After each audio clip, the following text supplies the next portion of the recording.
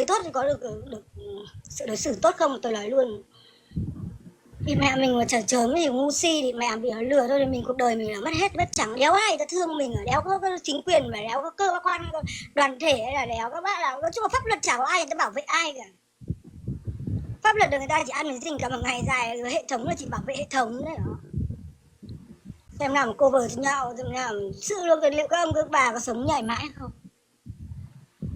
Các ông bà nhìn thấy bao nhiêu người đau thương, các ông bà có thấy mệt, có thấy buồn không? Nhiều lúc mình nhìn thấy thương đau quá, mình phải có một cái gì để mình lầy cái trái tim mình phải lầy lên, mình cảm nhận cho những người xung quanh người ta khổ đau, để người ta làm mãi đeo có một xu nào như thế nào. Cứ địt mẹ từ oan trái lọ chồng oan trái kia, cuộc đời như thế đó, trẻ con nó cũng khổ đau vì nó sinh ra bố mẹ nó cũng phải mệt mỏi. Đừng có trách bố mẹ nó, trách bản thân mình, trách những người mà làm dẫn đầu đấy. Những người đấy người ta phải có trách nhiệm mà.